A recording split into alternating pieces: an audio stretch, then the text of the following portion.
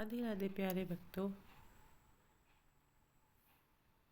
पृथ्वी में वायु तत्व आदर्श सर्वव्यापी और चैतन्यमय है, जो एक दिव्य शक्ति है जो न केवल मनुष्य के जीवन का भौतिक आधार है।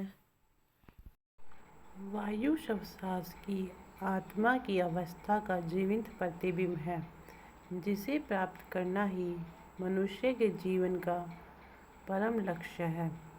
वायु है तो मनुष्य है। पृथ्वी के धैर्य को आत्मसात करने के लिए वायु को अपना गुरु स्वीकार करें, जो अत्यंत दुर्लभ है। वायु इस ब्रह्मांड की ऐसी चिंतक पातिक है जो चलायमान है, जो हमेशा चलती रहती है। जब यह पुष्प वाटिकाओं से गुजरती है तो अपने साथ सुंदर खुशबू अपने अंक में भर लेती है और वातावरण सारा सुंदर खुशबू से मनमोहक कर देती है। जब दुर्गंध युक्त स्थानों से निकलती है तो उस तीक्ष्णता को भी वहन करती है। अतः वह गंध को मात्र वहन करती है, लेकिन उसमें विलीन नहीं होती। इसी सत्य को जानते हुए कहा गया है कि वायु हमेशा गतिमान रहती है।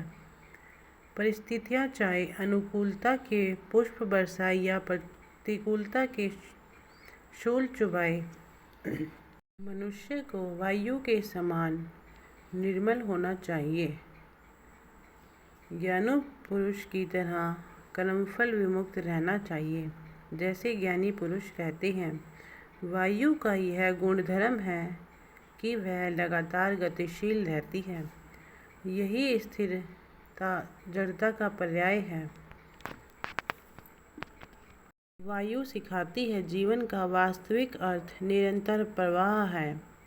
हम कर्म सागर में अपनी जीवन नौका को भगवान पर आश्रित कर दें।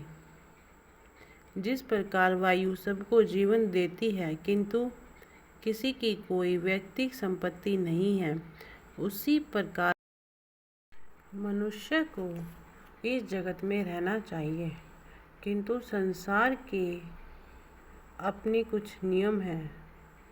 वायु से ग्रहण किया गया यह उपदेश जीवन को जीने की शक्ति प्रदान करता है। वायु सब कुछ ग्रहण करती है, किंतु कुछ भी संग्रह नहीं करती। संसाधनों का सदुपयोग हो, किंतु संचय का मोह नहीं हो। जैसे वायु फूलों के बगीचे में जाती है और खुशबू को प्रवाहित करती है, इसी तरह मनुष्य को आवश्यकता अनुरूप ही ग्रहण करना चाहिए। शेष को लोकहित के लिए निष्काम भाव से छोड़ देना चाहिए। भौतिकता की चकाचौंध में पड़े मनुष्य के लिए वायु एक उत्तम मार्गदर्शन का कार्य करती है।